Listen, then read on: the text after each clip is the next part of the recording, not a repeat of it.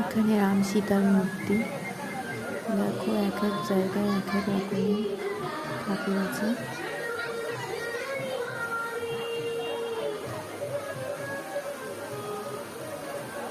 দেখো ফোয়ারাটা খুবই সুন্দর লাগছে। মন্দিরটা তোমাদের কেমন লাগলো সেটা জানাবে।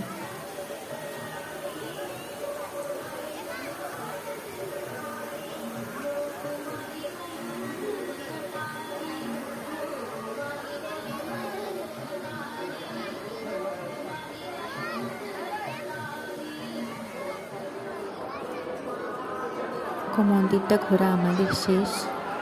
এবার আমরা ফিরে যাব। দিনের বেলার থেকে রাতের বেলা বেশি ভালো লাগে, তখন আরো লাইট দেয়। ওই দেখো লাইট চালিয়ে দিয়েছে।